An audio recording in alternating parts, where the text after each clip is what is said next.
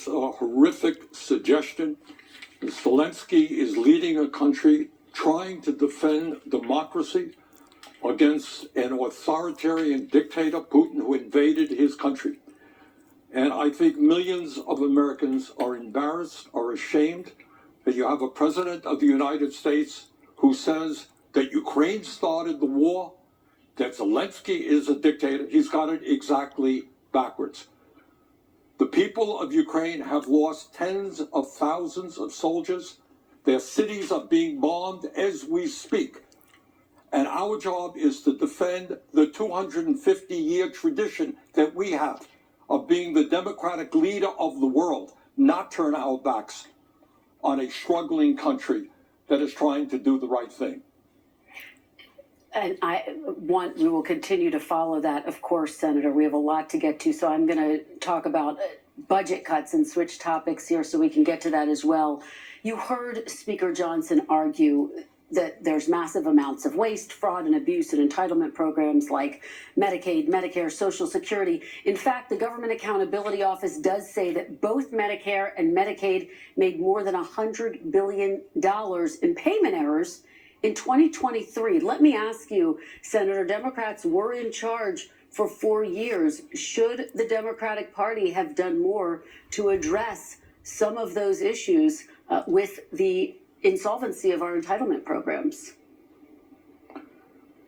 And Trump was in power 4 years before that. Look, if there is waste and fraud in the Defense Department, which is the largest single budget item that we fund, which has not been able to fulfill an independent audit in the last 7 times, where there's massive waste and fraud. We should go after waste, fraud, and abuse in every agency of government.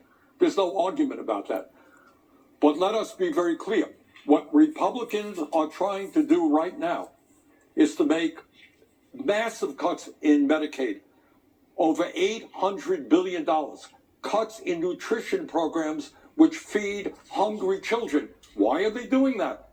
Because they want to be able to use those savings to provide over $1 trillion in tax breaks for the richest 1%, for the Elon Musks and the Zuckerbergs and the Bezoses of the world.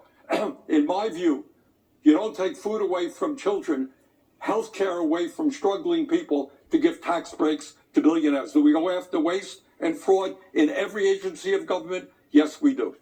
Well, let me ask you about Social Security, and you raise Elon Musk, Senator, so let me follow up with you on this very point, because he's made some very pointed comments about Social Security. I referenced it earlier in the broadcast. This was to Joe Rogan. I'd like you to hear it and get your reaction on the other side. Take a look. Social Security is the biggest Ponzi scheme of all time. Basically, people are living way longer than expected, and there are fewer babies being born. So you have more people who are retired and that live for a long time and get retirement payments. So the future obligation. So however bad the financial situation is right now for the federal government, it will be much worse in the future. Senator, President Trump says he's not going to touch Social Security. Elon Musk calls it a Ponzi scheme. Do you agree? No, I think what Musk, the wealth in the world, just said is totally outrageous. That's a hell of a Ponzi scheme when for the last 80 years, Social Security has paid out every nickel owed to every eligible American. Quite a Ponzi scheme. What is in fact a problem is that if we don't make reforms and improve the funding mechanism, in the next 9 years, the Social Security Trust Fund, which provides about 20% of the funding, will go broke. So what we have got to do, and I think most Americans agree, and I've just introduced legislation to do that, is you lift the cap on taxable income. Right now, Musk, worth $400 billion, contributes the same amount into the Social Security Trust Fund as somebody making $170 million. If you lift that cap, we can extend the solvency of Social Security for 75 years, and you can raise benefits.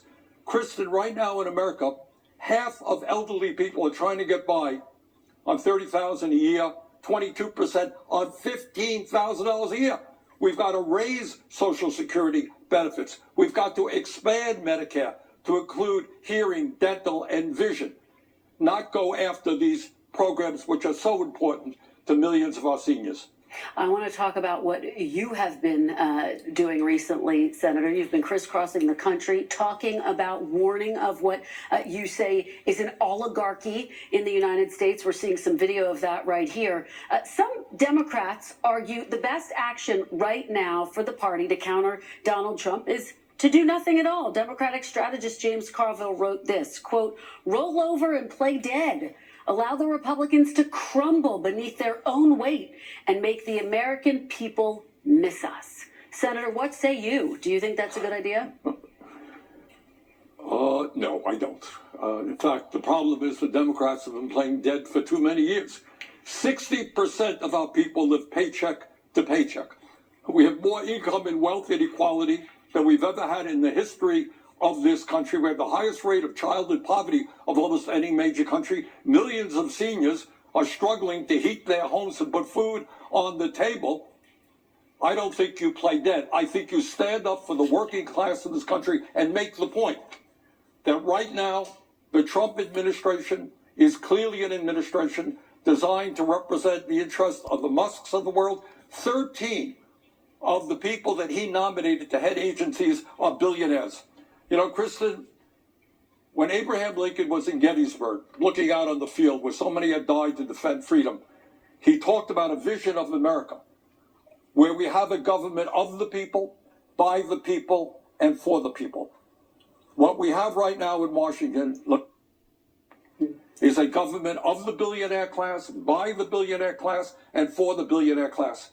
And these guys want to get their greed is uncontrollable. More tax breaks for billionaires, cuts to programs for the elderly, the children, and the poor. We've got to fight back. That's what these trips to Wisconsin and Michigan will be about.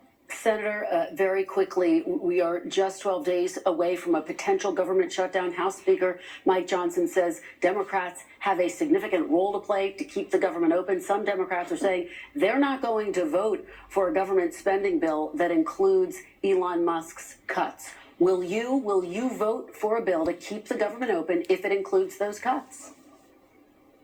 Well, we don't have a bill right now, but I will tell you this. Last I heard, the Republicans control the White House, the House, and the Senate. And I hope they present us with a budget that works for working people, not just for the billionaires. All right. Senator Bernie Sanders, thank you so much. Really appreciate it. Good to see you.